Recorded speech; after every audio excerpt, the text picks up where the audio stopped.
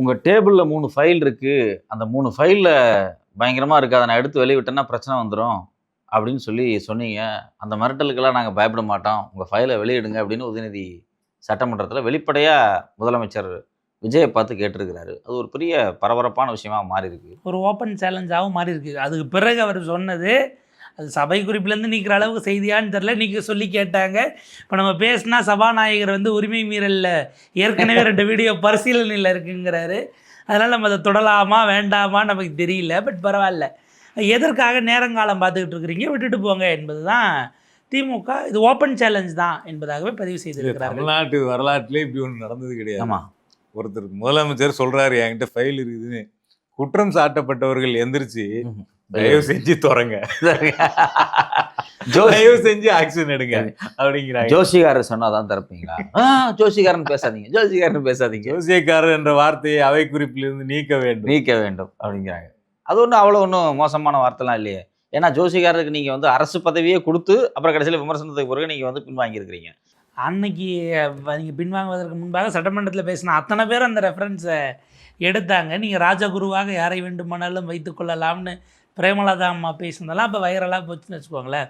இந்த கேள்வி என்னென்னா, நிதித்துறை பார்க்கக்கூடிய ஃபினான்ஷியல் ரெகுலாரிட்டிஸ் இருக்கா இல்லையாங்கிறது பார்க்குறத வச்சு ஸ்கேம் இம்ப்ளிமெண்டேஷன் நோக்கிலாம் போகாது. அது இப்போ அவங்க ஒதுக்கப்பட்ட நிதி அதில் எவ்வளோ ரிட்டர்ன் வந்திருக்கு, என்ன ஆயிருக்கு, இதுக்கும் மாற்றி விட்டுருக்காங்களா, அதிகபட்சம் இதுக்கு டைவெர்ட் பண்ணியிருக்கிறாங்கங்கிறத நோக்கி தான் போக முடியும். அது ஒவ்வொரு நிதியாண்டு முடியவும் எடுத்து அதை அப்படியே டேபிள் பண்ணி லைப்ரரியில் உள்ளே வைக்கிற வேலை ரெகுலராக நடக்கிறது. நீங்கள் எய்தர் இண்டிவிஜுவல் ஆடிட்டோ இல்லை ஆடிட்டர் ஜெனரலோ இவங்க மூலயமா ஒரு இண்டிபெண்ட் ஆடிட்டை போட்டால் தான் ஸ்கீமோட இம்ப்ளிமெண்டேஷன் கிராஸ் ரூட் லெவலுக்கு போய் செக் பண்ணி ஸ்கேமா இல்லையானு மேலே கண்டுபிடிக்க முடியும். அது டிபார்ட்மெண்ட் தான் செய்ய முடியும், ஃபினான்ஸ் மினிஸ்டர் செய்ய முடியுமாங்கிறது ஒரு கேள்வி இருக்குல்ல. அது நீ இண்டிவிஜுவல் டிபார்ட்மெண்ட்ஸுக்குள்ள ஏதோ ஒரு குவரி இல்லை ஒரு சந்தேகம் யார் அதை ரைஸ் பண்ணுறாங்கிறத பொறுத்து ஆடிட்டை நோக்கி தள்ளணும். இல்லைனா சிஏஜி செய்கிற வரைக்கும் நீங்கள் பொறுத்து இருக்கணும். அவங்க செக் பண்ணி எடுக்கிறதுங்கிறது தனியாக வந்துடும். அப்போ நீங்கள் ரெகுலராக பீரியாடிக்கலாக எல்லா இதுலேயும் வர டேலி ஷீட்டை தான் ஏறத்தாழ அது என்ன இதற்கான நிதி அங்கேருந்து மடை மாற்றி விட்டுருக்காங்க, அது மகளிருக்கான நிதி அல்லது அங்கே பட்டியல் சமூக மக்களுக்கு ஒதுக்கப்பட வேண்டிய நிதின்னு இப்படி ஏதாச்சும் ஆல்ட்ரு பண்ணாதான் நீங்கள் சார்ஜ் வைக்கலாம். அதுதான் பொலிட்டிக்கல் குற்றச்சாட்டாக வைக்க முடியுமே தவிர எந்த ஃபைலுங்கிறது அவங்க சொன்ன ஃபைலில் வச்சு கேஸ் எல்லாம் போட முடியாது. இது நம்ம அப்பார்ட் ஃப்ரம் கரப்ஷன், ஒரு முதலமைச்சர் சட்டமன்றத்தில் ஏன்ட்ட ஃபைல் இருக்கு, நான் என்ன பண்ணணும் ஒரு மிரட்டல் தோணி இருக்கு இல்லையா, ஓப்பன் பண்ண வச்சிடாதீங்கன்னு சொல்றாரு. அப்போ ஓப்பன் பண்ண மாட்டாரு. பண்ணுவேன்னு சொன்னா கூட பண்ணாததுக்கு என்ன காரணம்? உங்களுக்கு ஓட்டு போட்டது இதுக்கு முன்னாடி இருந்தவங்க எல்லாம் சரியில்லை, நீங்கள் ஏதாவது தவறு செய்திருந்தால் நீங்கள் அவங்களெல்லாம் தண்டிக்கணும்னு தான் போட்டது. ஓப்பன் பண்ணாமல் வச்சுட்டு அதை ஒரு பொலிட்டிக்கல் கார்டாக பயன்படுத்தி திமுகவினுடைய இந்நாள் எம்எல்ஏக்கள் அல்லது முன்னாள் அமைச்சர்கள் யாராவது வர்றதுன்னா வந்துக்கலாம் என்று யூஸ் பண்ண பயன்படுத்துகிறீர்களான்னு பொலிட்டிக்கல் ஆங்கிள் இருக்காங்கிற கேள்வி வரும். இல்லை ஓப்பன் பண்ண வச்சிடாதீங்க அப்படின்னா என்ன அர்த்தம்னா என் கூட வந்துருங்கன்னு அர்த்தம். வந்தா ஓப்பன் பண்ண மாட்டேன் அப்படிங்கிற டோன் இருக்கா அதுல. அதே போல இன்னொரு பக்கம் பார்த்தீங்க அப்படின்னா இப்போ ஏவா வேலு, இப்போ KN நேரு அப்படின்னு சொல்லி ஒரு விதமான நரேஷன்ஸை அன்பில் மகேஷன் ஒரு நரேஷன்ஸ் பத்திரிகைகள் திரும்ப திரும்ப திரும்ப திரும்ப எழுதிக்கிட்டே இருக்காங்க. ஸோ ஒரு 3 அமைச்சர்களை பற்றி திரும்ப திரும்ப எழுதிக்கிட்டே இருக்காங்க. 3 அமைச்சரோட ஃபைலை நான் வச்சிருக்கிறேன், நான் வெளிவிட்டுறேன் அப்படிங்கிறது ஒரு பக்கம் பத்திரிகையும் சேர்ந்து இது எல்லாமே ஒரு பெரிய டிராமா மாதிரியே தெரியுது. அவங்க சைட்ல இருந்து பிளான் பண்ண செய்தியாக கூட அது இருக்கலாம் இல்லையா? 3ங்கிறது எந்த முன்னு ஒரு டார்கெட்டை வச்சுட்டு அதை அவங்க இப்போ நீங்கள் அவங்க சொல்கிறது தான் இங்கே வருது. கேபினெட்டு கூட்டம் நடந்துகிட்டு இருக்கும்போதே உள்ளுக்குள்ளே அவர் ரீல்ஸ் போடாதீங்கன்னு கண்டிச்சாருன்னு செய்தி போட்டாங்கல்ல. கேபினெட் மீட்டிங் உங்களை உள்ளே விட்டாங்களே, சோர்ஸ்னால உள்ளே போன அமைச்சர் யாரும் வெளில வரலையே, எப்படி நீங்கள் போட்டீங்க? அவன் முன்கூட்டே சொல்லிட்டு போன நியூஸாக தானே அது இருக்க முடியும். அந்த பிளான்டிங் வகையில் தான் இதுவும் வருதாங்கிற கேள்வி இருக்குது. ஸோ இதனோட சேர்த்து அவர் பின்னாடி கேட்டால் அதுக்கு சம்மந்தம் இல்லைங்கிறாங்க. நடுவில் அறநிலையத்துறை அமைச்சர் எழுந்து பேசி திரும்ப முதலமைச்சர் பேசும்போது சரி இடைத்தேர்தலுக்காவது சிலர் சந்தோஷமாக இருந்துட்டு போட்டுமே அப்படின்றதுக்காக நான் எப்போ பேசணும் எப்படி பேசணும்னு தெரிஞ்சு பேசாமல் இருக்கேன்னு ஒரு இதை சொன்னார். அப்போ இவர் பேசாமல் இருந்தால் இடைத்தேர்தலில் திமுக ஜெயிச்சிரும் அப்படின்னு சொல்ல வராரா? அப்புறம் இடைத்தேர்தலில் திமுக ஜெயிக்க வைக்கிறது இவருக்கு என்ன வேத்து வெடி? இல்லை இடைத்தேர்தல் யாரால வருது? இது ஒரு படுபயங்கரமான கேள்வி, ரொம்ப காம்ப்ளிகேட்டடான கேள்வியா இருக்கு. அதை வேற ஞாபகப்படுத்திட்டீங்களா தம்பி? யாராவது எம்எல்ஏ செத்து போனாங்களா? இல்ல, எதுவும் ஆகல. அப்ப இடைத்தேர்தல் வர்றதுக்கே காரணம் நீங்க தான். இடைத்தேர்தலையாவது உங்களுக்கு ஒண்ணு கிடைக்கட்டும் அப்படின்னா யாராவது திமுக எம்எல்ஏ யாராவது ரிசைன் பண்ணாங்களா? இல்ல, திமுக வெற்றி திமுக பெறுவதற்கு இடைத்தேர்தல்ல வெற்றி தோத்தாலுமே அவங்களுக்கு லாஸ் இல்ல. ஆமா, ஏன்னா அது அவங்க ஆல்ரெடி தோத்த தொகுதி தான். ரெண்டாவது அவங்கள ஜெயிக்க வைக்கிறதுக்கு நீங்க ஏன் இவ்வளவு கஷ்டப்படுறீங்க? ஒன்றும் புரிய மாட்டேங்குதே. ஆச்சா, அதில் இன்னும் ஒரு இது சொன்னார், நீங்கள் அவ்வளவு பெருந்தன்மையோட அதெல்லாம் ஒன்றும் கிடையாது. அப்படி இருந்திருந்தா எடப்பாடி பழனிசாமி பார்க்காம சிவி சண்முகத்தை பார்த்ததில் தொடங்கி, அதை விட முக்கியம் இப்போ தானே கரூருக்கு போயிட்டு திரும்ப வருவாங்க வச்சு வெளுத்து விடுங்கன்னு இடைத்தேர்தலுக்கு ஓட்டு கேட்டீங்க. திருச்சி கிழக்குக்கு போன போதும் இதோட விட்டுறாதீங்க, தொடர் ஆதரிச்சது தான் ஆதரிச்சிங்க, இன்னும் கொஞ்சம் சேர்த்து ஆதரிச்சிருக்கலாம் இல்ல அப்படின்னு அந்த 108 வந்துருச்சு. அப்போ உங்க சிந்தனை எல்லாம் இடைத்தேர்தலை மட்டும்தான் மையப்படுத்தி இருக்குது. எங்க வந்தாலும் சொம்பு மையப்படுத்தியே இருக்குது. அது அப்படியே மோடி ஸ்டைலுங்க. நீங்க பீகார் தேர்தலோட ரிசல்ட் வருது, இந்த போன ஆண்டு நவம்பர் மாதம் ரிசல்ட் வருது. வெற்றி விழாக்கு டெல்லியில் அவர் பேசுகிறாரு. அங்கே பேச ஆரம்பிக்கும் போதே கங்கை பீகாரின் வழியே பாய்ந்து வங்காளத்தை போய் அடைகிறது. இப்போது நாம் பீகாரில் வென்றிருக்கிறோம், அடுத்தது கங்கையினுடைய வழியிலேயே பயணிப்போம்னு அவர் எலெக்ஷன் ரிசல்ட் அந்த அடுத்து என்ன டார்கெட்னு வந்த அன்னைக்கு சாயங்காலமே சபதம் போட்டார்ல, அந்த பேட்டர்னில் தான் அவர் இருக்கிறார். இம்மியும் அதில் மாறலை. பல உதாரணங்கள் இருக்குது. நீங்கள் எலெக்ஷன் மையப்படுத்தினாலும் சரி, திமாகி மக்சல்னு அவர் பேசுவார், இங்கே இவர் சர்க்குலரே விட்டு இடதுசாரிகள் மற்றும் சிஜேபின்னு போடுவார். இன்னைக்கு சட்டமன்றத்தில் நடந்த முக்கியமான விவாதத்தில் வந்து இந்த ஃபைல்ஸ் தான், இந்த 3 ஃபைல்ஸ் தான். ரெண்டாவது முக்கியமான விஷயம், எதிர்க்கட்சி தலைவர் எந்திரிச்சு எங்கள் தலைவர் சொல்லியிருக்கிறாரு, எங்கள் சட்டமன்ற உறுப்பினர்கிட்ட கார் இருக்குது, கார் வேண்டாம், தேவையில்லாத செலவு அப்படிங்கிற மாதிரி சொல்கிறாரு. நான் அதை வந்து பொருட்படுத்திக்கிறேன், அவர் சொல்கிறத நான் ஏற்றுக்கிறேன். ஏன் அப்படின்னா, கடந்த ஒரு மாதத்துக்குள்ள கடலூர், விழுப்புரம், திருவண்ணாமலை, திருவள்ளூர் வரைக்கும், திருவள்ளூரில் கிட்டத்தட்ட 136 இந்த பஸ் சர்வீஸ் இருக்குது பார்த்தீங்களா, பஸ் ரூட் சர்வீஸில் 10 மணிக்கு மேலே, 10 மணிலேருந்து சாயங்காலம் 5 மணி வரைக்கும் அதிகமாக ட்ராவல்ஸ் வண்டி ஓட மாட்டேங்குதுன்னு சொல்லி அரசு பேருந்தே தடுக்கிறாங்க. ஏன்னு கேட்டால் ப்ரைவேட் யாரும் ஓட்ட மாட்டேங்கிறாங்க. எப்போ ப்ரைவேட் ஓட்டலன்னா நம்ம ஓட்டணும், ப்ரைவேட்டு அந்த டைமிங்கை வேறு இடத்துல ஃபாலோ பண்ணுறாங்க, நாம் இங்கே ஓட்ட வேண்டாம், நாம் காஸ்ட் கட் பண்ணுவோம் அப்படிங்கிறாங்க. ரொம்ப நான் வந்து நேற்று கலைஞர் டிவியோட பேசியிருந்தேன். Avadi to Red Hills interior road உள்ள ஃபுல்லாக கிராமங்களை சுற்றி வரும், ஒரு 30 கிலோமீட்டர். 10 மணிக்கு மேலே பஸ் இல்லைன்னு வச்சுங்களேன், 10 to 5 மணிக்கு மேலே பஸ் இல்லைன்னு வச்சுங்களேன், ஏதோ ஒரு வண்டி போகுதுன்னு வச்சுங்களேன், அந்த மக்கள் என்ன பண்ணுவாங்க? ஒரு எமர்ஜென்சி, அங்கே ஒரு கவர்மெண்ட் ஸ்கூல் இருக்குது, ஒரு குழந்தை வந்து உடம்பு சரியில்லை, வயிற்று வலின்னு இருக்குது, அது வந்து ஒரு கொல்லுமேட்டில் இருக்குது, ரெடில்ஸுக்கு போகணும், கிட்டத்தட்ட 15 கிலோமீட்டர். அந்த குழந்தை எப்படி அங்கேருந்து போகும்? இப்போ நீங்கள் வந்து இதில் காஸ்ட் கட்டு பார்க்குறீங்க, மக்கள் சாமானிய மக்கள் டிராவல் பண்ணக்கூடிய பஸ்ஸில் நீங்கள் காஸ்ட் கட்டை பார்க்குறீங்க. அப்படிங்கும்போது அப்போ நீங்கள் என்ன பண்ணுறீங்க அப்படின்னா, மக்கள்கிட்ட ஒரு டார்கெட் வைக்கிறீங்க. நீ 10 மணிக்கு மேலே போகாத, 5 மணிக்குள்ளே போகாத, நீ போகிற மாதிரி இருந்தால் 10 மணிக்கு முன்னாடியே போயிரு, அப்போ பஸ்ஸு கூட்டமாக இருக்கும், கூட்டத்தோட கூட்டமாக தொங்கிட்டு போயிரு. ஒரு இப்போ நீ எங்கள் ஊருக்கு ஒரு பஸ் தான் வரணும் 10 மணிக்கு மேலேன்னா, நான் அதுக்கு முன்னாடியே போக தான் முயற்சி பண்ணுவேன். அப்போ என்னன்னா, மக்களை காஸ்ட் கட் பண்ணுறதுல, அவங்கள ஒரு நெருக்கடிக்கு உள்ளாக்குறதுல நீங்கள் பண்ணிட்டு ஒரு ப்ராக்டிஸுக்கு உள்ளாக்குறீங்க. ஒரு ப்ராக்டிஸுக்கு உள்ளாக்கிட்டு, இன்னொரு பக்கம் நான் வந்து கார் கொடுப்பேன், காருக்கு படி கொடுப்பேன், காருக்கு வந்து ஜன்னல் கொடுப்பேன் எல்லாம் சொல்றது அப்படிங்கிறது வந்து ரொம்ப ஆபத்தானது. நீங்க வந்து அத்தியாவசிய தேவை, மக்களுடைய அத்தியாவசிய எம்எல்ஏக்கள்கிட்ட காரே இல்லை, எல்லாருமே ஏழை எம்எல்ஏனா சரி கொடுக்கறத பத்தி ஒன்றும் தப்பு கிடையாது, எம்எல்ஏ ஊரா போய் மக்கள் பணி செய்யட்டும். ஆனா நம்மகிட்ட அஃபிடவிட் இருக்கு, எல்லாருக்கிட்டையும் கார் இருக்கு. ஒரு சில எம்எல்ஏக்கள்கிட்ட விரல் விட்டு எண்ணக்கூடிய ஒரு சில பேர்கிட்ட மட்டும்தான் கார் இல்லை. யார்கிட்டலாம் இல்லையோ அப்படிங்கிறத கண்டுபிடிக்கிறது அவ்வளோ பெரிய கஷ்டம் கிடையாது. ஏன்னா 1 கோடி பேருக்கு மகளிர் உதவித்தொகை கொடுக்குறாங்க. அந்த 1 கோடி பேருமே கார் இல்லாதவர்கள்னு கண்டுபிடிச்சி தான் அரசாங்கம் மகளிர் உதவித்தொகை கொடுக்குறாங்க. ஏன்னா கார் வாங்கினா ஆதார் நம்பரோட லிங்க் பண்ணி ஆகணும்னு சட்டம் இருக்கு. அப்போ கார் இருக்கான அமைச்சருடைய அல்லது எம்எல்ஏவுடைய ஆதார் நம்பரை போட்டாலே அவர்கிட்ட கார் இருக்கா இல்லையான்னு வந்துடும். அவங்க குடும்பத்தில் யார்கிட்டயாவது கார் இருக்காங்கிறது முதற்கொண்டு வந்துடும். அப்போ அதை வச்சு கார் இல்லாத எம்எல்ஏக்களுக்கு நீங்கள் கொடுத்தீங்கன்னா பிரச்சனை இல்லை. 14 கார் வச்சிருக்கிறாங்க அந்த அம்மா. கவுண்டபாளையம் சட்டமன்ற உறுப்பினர், அவங்க பேரில் 14, ஐ திங்க் அவங்க இணையர் பேரில் ஒரு 12 இருக்குது. இதில் ஏதோ ஒரு 7 8 ட்ராவல்ஸ்க்கு பயன்படுத்துகிறாங்கிறாங்க. மீதி இல்லாமல் மொத்தம் இல்லை அந்த இதுக்குள்ள 26க்குள்ளே 8. சரியா? அப்புறம் நம்ம எதுவும் தவறான தகவலை கொடுத்துருவோம். அஃபிடவிட்டில் இருக்கிறது நம்ம சொல்கிறோம். 14 கார் வைத்திருக்கிற 12 கார்கள் சேர்த்து மொத்தமாக வச்சிருக்கிற ஒருவர் இருக்குது. இப்போ இது தேவையா என்கிற கேள்வி வரும். ஆக்சுவலி இதில் வந்து ஆதவர்ஜனா நான் கிடுக்கு பிடி போடுறேன் அப்படின்னு சொல்லிட்டு அவர் ஒரு வார்த்தை கேட்டிருக்காரு.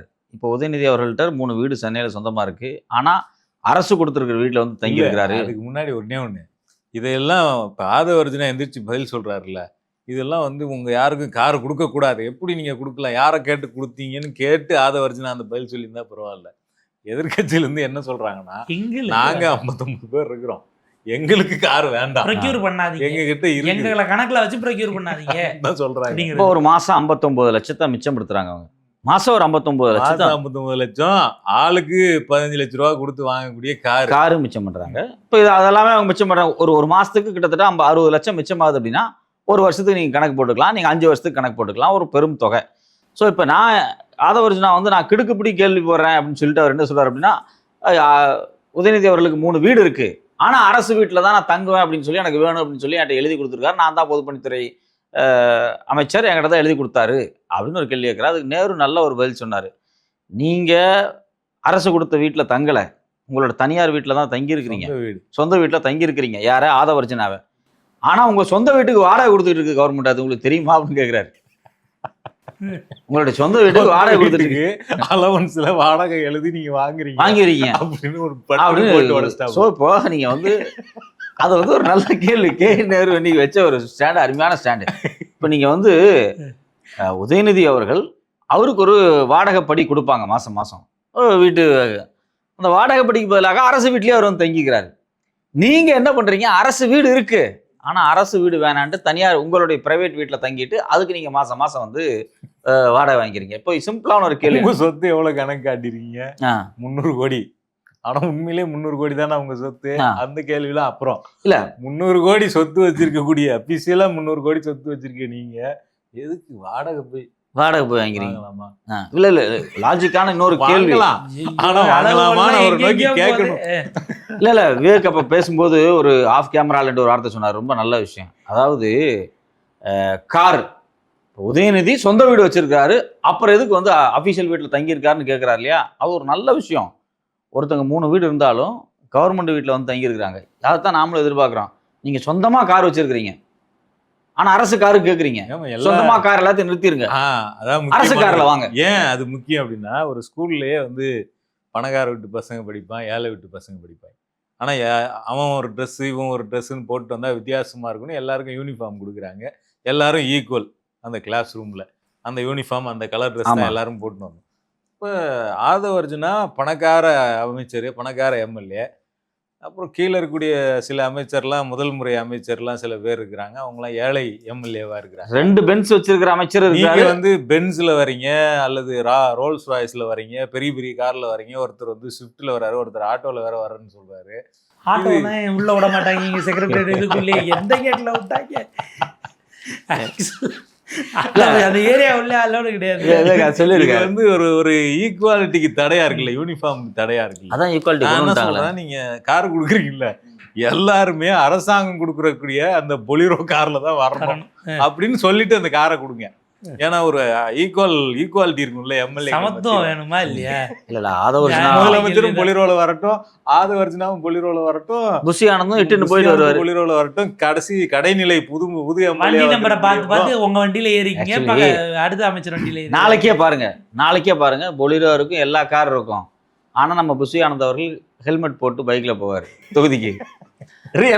நீங்க ரீல்ஸ் எடுக்கும் போதுதான் ரீல்ஸுக்கு எது பர்ஃபெக்டா இருக்குன்னு அவர் பாப்பாரு. உண்மையை சொல்றேன், நம்பலன்னா ஒரு வாரத்துல பாருங்க, இவரு புஷி ஆனந்த் அவர்கள் பைக் எடுத்துட்டு அவருடைய எம்எல்ஏ தொகுதிகளை சுற்றுலா போனாருன்னு வருதா இல்லையா? என்னோட கேள்வி, ஒரு முறை புஷி ஆனந்த் அவர்களும் போயிட்டாரு, ஒரு முறை அருண்ராஜும் அப்படி பைக்ல பின்னாடி உட்காந்து போனார் இல்லையா?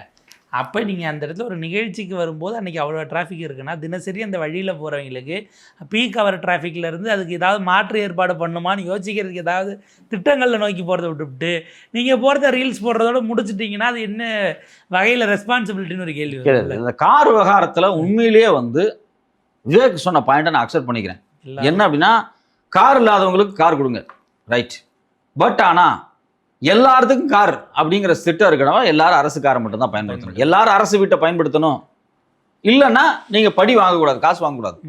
நீங்கள் வந்து வீட்டில் தங்கிட்டு காசு வாங்குறீங்க, உங்கள் சொந்த வீட்டில் தங்கிட்டு காசு வாங்குறீங்க. உதயநிதி அவர் சொந்த வீட்டில் தங்கிட்டு காசு வாங்கலை, அவர் அரசு வீட்டில் தங்கியிருக்கிறாரு. ஸோ இப்போ அவர் அரசு காரை பயன்படுத்த போகிறது, யார் அரசு காரை பயன்படுத்தணும் அப்படின்னா எல்லாரும் பயன்படுத்தணும், எல்லாரும் பயன்படுத்துங்க, யாரும் மற்ற காரில் வரக்கூடாது. நான் So, இந்த காரில் தான் சட்டமன்றத்துக்கு வருவேன் கொடுத்துட்டு வாங்கிங்க.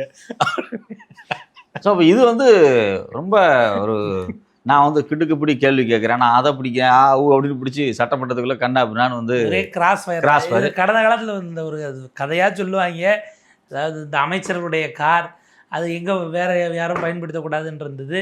எம்ஜிஆர் பீரியடில் யாரோ ஒரு பெண் அமைச்சர் அதை அவங்க வீட்டில் யாரோ ஒருத்தர் கொண்டு போய் ரேஸ் கோர்ஸு கொண்டு போயிட்டாரு. அந்த தகவல் தெரிஞ்சு கலைஞர்கிட்ட சொன்னது, கலைஞர் அந்த சட்டமன்றத்தில் எழுப்பலை. என்ன இருந்தாலும் ஒரு பெண் அமைச்சர் ரேஸ் கோர்ஸ்க்கு போனாங்கன்ற மாதிரி வந்துடக்கூடாது, வீட்டில் யாரோ போயிருக்காங்கன்னு திருத்து நன்னூறு கதை பட்டிமன்ற மேடைகளில் அநேகமாக ராஜ்மோகன் இதுக்கு முன்னாடி சொன்னாரான்னு தெரில, பட் ஒரு கதை சொல்லுவாங்க. கொடுக்குற காரை எம்எல்ஏ காரை வேறு யாரும் பயன்படுத்தக்கூடாது அல்லது பர்சனல் யூஸுக்கு அவங்க யூஸ் பண்ணக்கூடாதுங்கிறதையும் பார்க்க வேண்டிய தேவை இருக்குது. குடும்ப உறுப்பினர்கள் அவங்க பாட்டுக்கு எடுத்துவிட்டு ஏதாவது வேறு ஏதோ ஒரு இடத்துல மாட்டுது போகுது, இல்லை சிக்கலில் ஆகுது, இல்லை அந்த வாகனத்தை வேறு எதுக்காக பயன்படுத்துறாங்க. பாஜகவுடைய அமைச்சர் பையன் ஒருத்தர் வந்து, முன்னாள் அமைச்சர் பையன் வந்து விவசாயிகள் போராட்டத்தில் போய் விட்டு ஏற்றி 5 விவசாயிகளை ஏற்றி கொலை பண்ணார், காரை விட்டு ஏற்றி. ஆமாம்மா. அந்த மாதிரி இந்த பொலிரோ கொண்டு போய் ஏற்றி எங்கேயாவது அடிச்சு விட்டாங்கன்னா அது யார் பொறுப்பாகுது? ஏதாவது கிரைம் அக்கரன்ஸில் சிக்குது போது வருதுனாலும், இல்லை அவங்க பையன் எடுத்து பையனுக்கு ஃப்ரெண்ட் அதை வாடகை ஒரு நாள் குடுறாமச்சான் வாங்கிட்டு போய் அவங்க தான் பண்ணி விட்டாலும், வண்டி நம்பரை பார்த்து டக்குன்னு அடிச்சாங்கன்னா தமிழ்நாடு லெஜிஸ்லேட்டிவ் அசம்பிளி அப்படின்னு அதில் பார்த்தா அந்த பாரி வாகனம் அந்த ஆப்பில் வரும், நீ பார்ப்பா இங்கே ஏதோ. ரெண்டாவதுல இன்னொரு முக்கியமான விஷயம், சட்டமன்றத்தில் 4 நாளைக்கு முன்னாடி ஒருத்தர் சொல்கிறாரு, அதுக்கு அடுத்த நாள் ஒரு நாள் விட்டு பல்ஸ் பார்த்துட்டு அதுக்கு அடுத்த நாள் முதலமைச்சர் ஓகே சொல்கிறாரு, அதுக்கு அடுத்த நாள் கார் கொடுத்துட்டாங்க. கார் வந்து நின்னுச்சு. டெண்டர் எப்படி வந்துச்சு? டெண்டர் விட்டாங்களா? அது வேற என்ன, சாம்பிள் பார்க்கறதுக்கா? 234 கார் எல்லாமே மகேந்திரா. 6 வெவ்வேறு மாடல்ல. காம்படிட்டிவ் டெண்டர் எங்க போச்சு? அதான் நீங்க மகேந்திராக்கு மட்டும் கொடுத்தீங்க. ஹுண்டாய் எங்க போச்சு? ஏன் ஹோண்டா எங்க? முதலமைச்சர் வந்து டாடா எங்க? அவர்தான் முதலமைச்சர் வந்து சந்திச்சாரு. மகேந்திராவை விட சுசுகி மெயின்டெனன்ஸ் கம்மி, அதே போல பர்ச்சேஸ் ரேட்டும் கம்மியா இருக்கும். இந்தியன் ரோடுக்கு ரொம்ப நல்ல வண்டியா இருக்கும், இல்ல டாடா நல்ல வண்டியா இருக்கும். ஏன் மகேந்திரா போறீங்க? என்ன பிரச்சனை? அவர் தாங்க ஏதாவது யாராவது யார் கதையாவது கேட்டு இன்ஸ்பயர் ஆனால் அவங்களுக்கு ஜீப்பெல்லாம் கொடுப்பாரு. நல்ல மனிதராக இருக்கார் இல்லையா? அந்த நல்ல எப்படி அந்த 234 காரையும் அவர் ஓட்டி எங்கே இறங்கி தான் கொடுக்க போறாரு அந்த வீடியோவில். அது ஒரு நாள் முழுக்க நியூஸ் வேற ஓடும். அப்புறம் இன்ஸ்பிரேஷன் செய்தி சர்க்கிள்குள்ளே அவர் வர வேண்டாமா? இப்போலாம் பலர் தெளிஞ்சிட்டாங்கல்ல, நகை கடைக்கு ஒரு ஆளை மாடல் கூப்பிட்டு அவங்களுக்கு சம்பளம் கொடுத்து ஒரு நாள் முழுக்க ஷூட் எடுத்து நம்மளே நடிச்சிருவோம், 4 இடம் கேட்டு பாருங்க நாங்கள் இருக்கோம் அப்படின்னு இப்போ பல முதலாளிகளும் வர ஆரம்பிச்சிட்டாங்க. ஒருத்தர் வந்தார், 4 இடம் பேசல பார்த்துட்டு நம்ம கிட்ட வாங்க அப்படின்றத. இல்லை, ஆக்சுவலி அதில் ஒரு பாசிட்டிவான விஷயத்தை தான் வசந்தன் கோ முதல்ல ஆரம்பித்தார். வசந்தன் கோ வந்து அவருடைய முகத்துக்கு, என் முகத்துக்கு ஒரு வேல்யூ இருக்குது, நான் நல்ல ப்ராடக்ட் கொடுக்குறேன் அப்படின்னு வசந்த் அன்கோ அப்படின்னு சொல்லி அப்படி திரும்புவார். அது ரொம்ப நல்லா இருந்துச்சு. ரோலிங் சேர் ரொம்ப அருமையாக இருந்துச்சு. பட் ஆனால் இப்போ அது எல்லா முதலாளி வந்துட்டாங்க. எல்லா முதலாளிகளும் அதை சாட்டிஸ்ஃபை பண்ணுறாங்களா அப்படிங்கிறது தெரியல. பட் அது மாதிரி தான் இதுலேயும் விஷயம். அதாவது நாமளே நாடகத்தில் நடிச்சிடணும், நாமளே வந்து ஓட்டிடணும் அப்படின்னு பார்க்குறாங்க. சட்டமன்றத்தை பொறுத்த வரைக்கும் இந்த ஜோசியக்கார விஷயம் இப்போ பெருசாக வெடிச்சிருக்கு. ஆமாம், ஜோசியன்னு சொன்னோடனே அவை குறிப்பில் இருக்கா இல்லையான்னு தெரியல. அவை குறிப்புல இருந்து நீக்கணும் அப்படின்னாரு. உடனே நிர்மல்குமார் இருந்துச்சு, கலைஞர் மஞ்சள் துட்டு போட்டதெல்லாம் எங்க போச்சு ஜோசியக்கார சொல்லி. கலைஞர்னு ஒரு பேர் சொல்லல, அதான் மஞ்சள் துண்டு வந்து யார் சொல்லி நீங்க போட்டது, அவர் யாரை சொன்னாருங்கிறது தான் சொல்லாமலே தான் தெரியுமே சிலதெல்லாம் அப்படிங்கிற. அது ஒரு நீண்ட கால வதந்தி. அது ஜோசியக்கார் சொல்லி தான் கலைஞர் வந்து மஞ்சள் துண்டு போட்டிருந்தார் அப்படிங்கிறது ஒரு நீண்ட கால வதந்தி. அதுக்கு அவரே நிறையா முறையில் விளக்கம் கொடுத்துருக்கிறாரு. அதில் இந்துஸ்தான் டைம்ஸில் அவர் கொடுத்த விளக்கம் ஒன்று செய்தியாக இருக்குது. அதில் அவர் என்ன சொல்லியிருக்கிறாருன்னா, புத்தர் அவர் வந்து இந்த மஞ்சள் கலர் துண்டு அங்கவஸ்திரம் போட்டிருந்தாரு, அந்த குறியீடு எடுத்து தான் நான் மஞ்சள் துண்டு போட்டிருக்கிறேன் அப்படின்னு சொல்லிட்டு கலைஞர் சொன்னதாக இந்துஸ்தான் டைம்ஸில் 2006-07 அந்த டைம்லேயே நியூஸ் வெளில வந்துருக்கு. ஓகே. ஸோ அந்த வதந்தியை வந்து இப்போ வரைக்கும் ஜோசியக்கார் சொல்லி தான் மஞ்சள் துண்டு போட்டார் அப்படின்னு இப்போ வரைக்கும் சட்டமன்றம் வரைக்கும் பரவுது இந்த வதந்தி. ஆக்சுவலி திமுக குறித்தான வதந்திகள் அப்படிங்கிறது கடந்த ஒரு 50-60 ஆண்டுகளாக நல்லா பரவும். வழக்கமாக சட்டமன்றத்துக்குள்ள பேசினதா சில வதந்தி வெளில பரவும். வெளியில பரவன ஒன்று சட்டமன்றம் வரைக்கும் போயிருக்கு.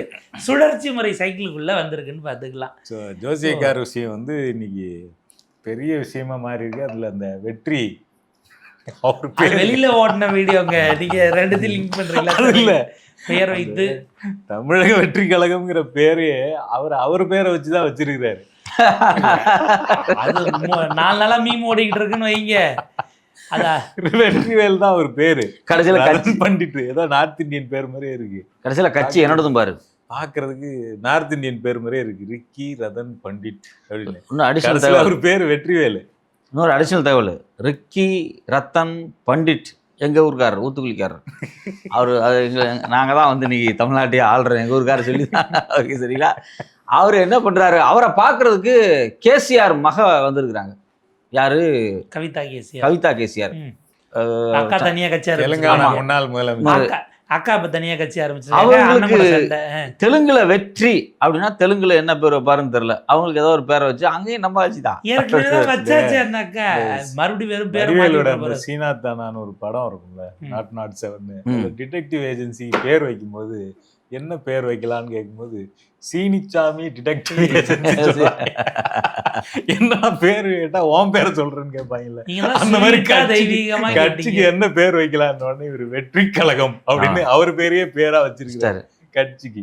பார்த்தா 2 டீ எல்லா இடத்துலயும். நாளைக்கு இது அகில இந்திய வெற்றி கழகம்னு மாறினாலும் வெற்றி இருக்கும்ல, ஃப்ரண்ட்ல தான் பேரை மாத்துவீங்க. ஃபர்ஸ்ட் அவர் வெறும் வெற்றி கழகம் தான் சொல்லியிருக்காரு. ரொம்ப ஓவரா போகுது, தமிழகத்தையாவது சேர்த்துக்குங்க, தமிழக வெற்றி கழகம் அப்புறம் வச்சுக்கிறாங்க. வெற்றியோட கழகம் அது. இன்னும் 2 டீ வருது முதலீட்டாளர் மாநாட்டுல. VTRI தானே நம்ம யூஸ்வலா வெற்றி TRI போடுறாங்களே, என்ன இது அப்படின்னு பார்த்தா அதுக்கு வேற ஏதோ விளக்கம் எல்லாம் கொடுத்தாங்க. கடைசியில நம்ம வெற்றி ரிக்கி ரதன் பண்டிட்டோட இன்ஸ்டாகிராம் ஐடி பார்த்தா வெற்றிவேலுங்கிறதுக்கு 2 டீ போட்டு வச்சிருக்காரு. கட்சியே அவரோடதுதான், ஆட்சியும் அவரோடதுதாங்கிறதுதான். ஆக்சுவலி சட்டமன்றம் அப்படிங்கிறது வந்து எனக்கு ஒரு வருத்தம் இருக்கு வளவன். சட்டமன்றம் காலையிலேயே ஆரம்பிச்சிடறாங்க, நைட்டு வரைக்கும் நடக்குது, சாயங்காலம் 6 மணி வரைக்கும் போயிட்டு இருக்கு. இன்னைக்கு கொஞ்சம் ஏர்லியா கிளம்பணும்னு எல்லா சட்டமன்ற உறுப்பினர்களும் கேட்டல, ஏற்கனவே விடிய காலையே ஆரம்பிச்சிடறாங்க. ஸோ அது வந்து ஒரு ஃபுல் டே போகுது. நான் நேற்று கூட ஒரு சட்டமன்ற உறுப்பினர் சந்திக்கிற வாய்ப்பு கிடைச்சிது எதிர்த்து ஒரு டிவி நிகழ்ச்சியில். நான் கேட்டேன், எப்படி முழு நேரம் உட்காந்துருக்கிறீங்க அப்படி கேட்டப்ப அவர் சொன்னார், முழு நேரம் உட்கார்றத விட ஏத்தாப்புல இருக்கிறத பார்க்குறவங்கள பார்க்கும்போது நமக்கு ரொம்ப டென்ஷனாக இருக்குப்பா அப்படின்னு அவர் சொன்னார். அது என்ன விஷயம் அப்படின்னா, இந்த சட்டமன்றம் இவ்வளோ நேரத்தை செலவு பண்ணி உட்காந்து ஒரு நல்ல விஷயத்தை விவாதிங்க அப்படின்னா அங்கே எதையாவது ப்ரொவோக் பண்ணுற மாதிரி திரும்ப ஒரு பேச்சு நடந்துக்கிட்டே இருக்குது தாவேகா தரப்புல இருந்து. அது மிக தவறான முன்னுதாரணம். அதாவது நான் வந்து இந்த சட்டமன்ற கூட்டத்தொடரில் ஒரு விஷயத்தை ரொம்ப தெளிவாக தெரிஞ்சுட்டேன். தொடர்ச்சியாக எதிர்கட்சிகளை ப்ரொவோக் பண்ணுறாங்க. வழக்கமாக எதிர்கட்சி தான் ஆளுங்கட்சியை ப்ரொவோக் பண்ணும். இப்போ எதிர்கட்சியை ப்ரொவோக் பண்ணுறாங்க. ஏவா வேலு அவர்களாக இருக்கட்டும், நேரு அவர்களாக இருக்கட்டும், கன்வின்ஸ் பண்ணுறாங்க.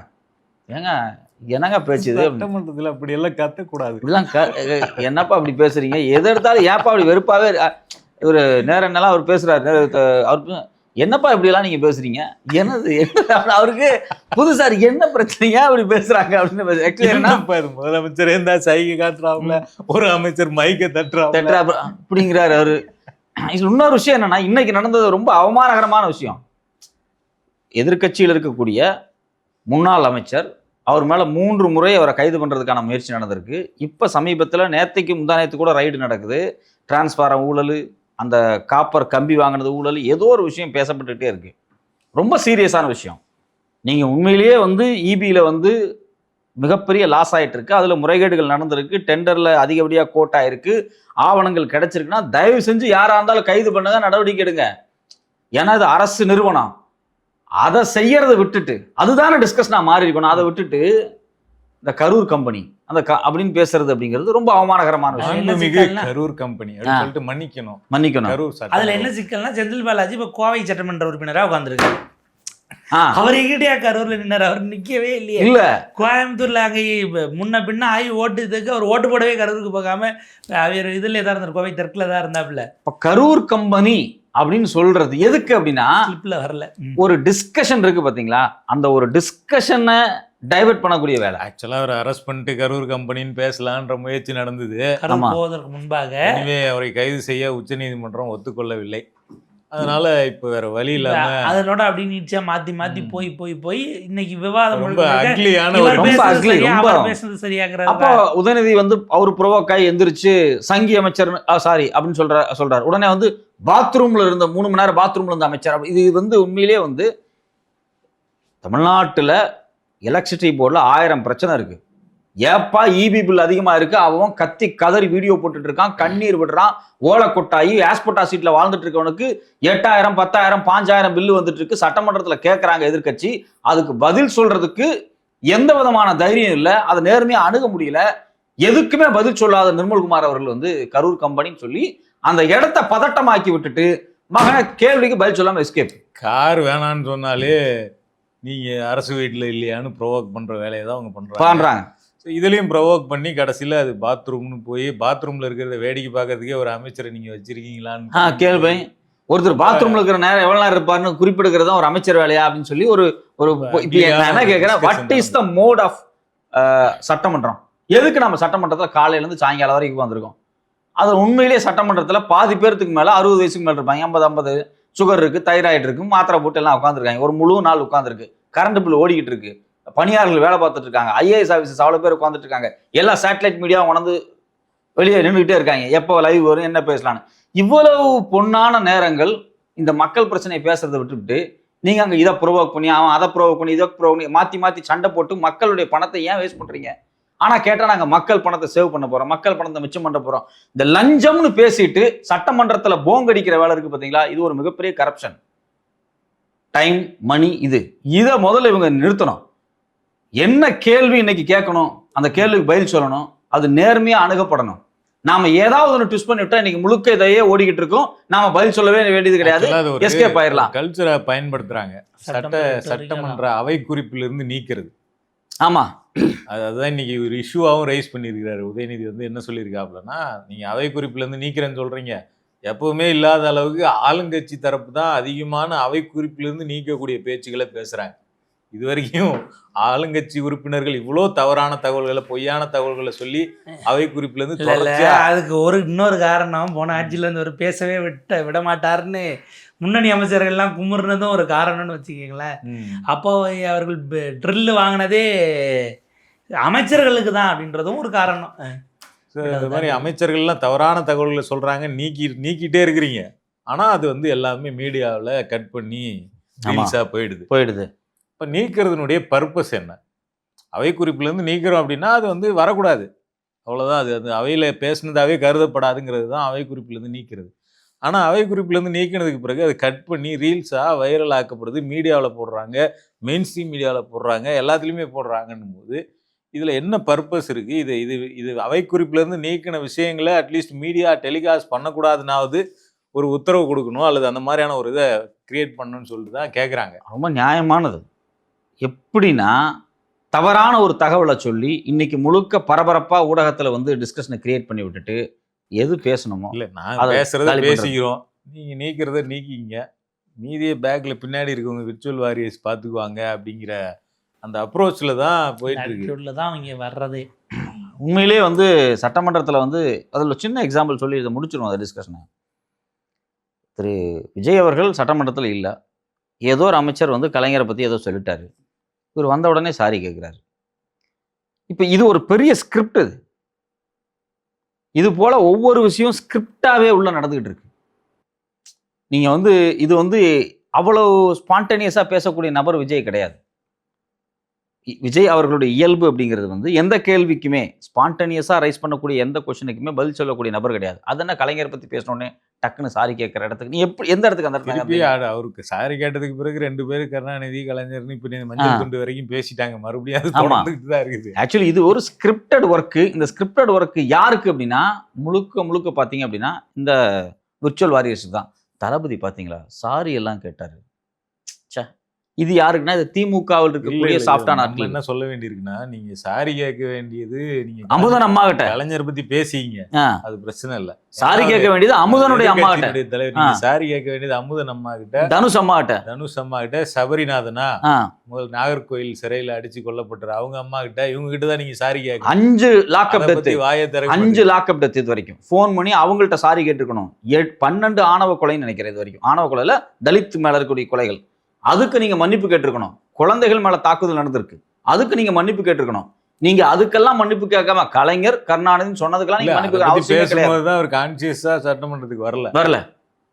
இந்தியா டுடே மீட்டிங்ல போய் let speak the truth louder அப்படின்னு சொல்லிட்டு பேசாம எஸ்கேப். ரொம்ப வேதனையா இருக்கு. சட்டமன்றம் ஒரு மாண்போடு நடத்தப்படணும், பிரயோஜனமா நடத்தப்படணும். இல்லைன்னா அது ரொம்ப பேசப்படணும், பெரிய ஆபத்து. நாளைக்கு வந்து அந்த டீலிமிட்டேஷன்லாம் வரப்போகுது. டீலிமிட்டேஷன் குறித்தான விவாதம் இன்னைக்கு கண்டிப்பாக வரும். நேற்று நான் வந்து ஒரு தொலைக்காட்சியில் பேசும்போது சொன்னேன், நாளைக்கு சட்டமன்றம் ஒழுங்காக நடக்காது, விவாதத்தை மாற்றுவாங்க. ஏன் அப்படின்னா டீலிமிட்டேஷனில் விஜய் அவர்கள் சட்டமன்ற தீர்மானத்துக்கு எதிராக அமித்ஷா சொல்லி அதில் அக்செப்ட் பண்ணிட்டு வந்திருக்கிறாரு. இது ரொம்ப ஆபத்தானது. இது நாளைக்கு சட்டமன்றத்தில் ஏன் நிலைப்பாடை மாற்றினீங்கன்னு எதிர்க்கட்சி கேள்வி கேட்பாங்க. அதை கேள்வி கேட்கவே விடாமல், அது டிஸ்கஷனே ஆகாமல், அது மீடியாவில் ஃபோக்கஸே ஆகாமல் தடுக்கிற வேலை நான் நடக்குன்னு நான் சொன்னேன்.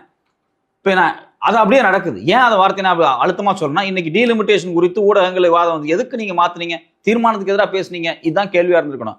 பாத்ரூமை பற்றி பேசி, கரூர் மாஃபியா பற்றி பேசி, அதை பற்றி பேசி, இதை பற்றி பேசி, காரை பற்றி பேசி, துண்டை பற்றி பேசி, மொத்தமாக சட்டமன்ற உரையில் பாலிடிக்ஸே இல்லாமல் இதை பார்த்துட்டு இருக்கக்கூடிய மக்களை முட்டாளாக்குற வேலை தான் அது நடக்குது. இது ரொம்ப வேதனையான விஷயம். அது அப்போ மாறுறாங்களா இல்லை அதுக்கான வாய்ப்புகள் இருக்காங்கிறத பொறுத்திருந்து பார்ப்போம்.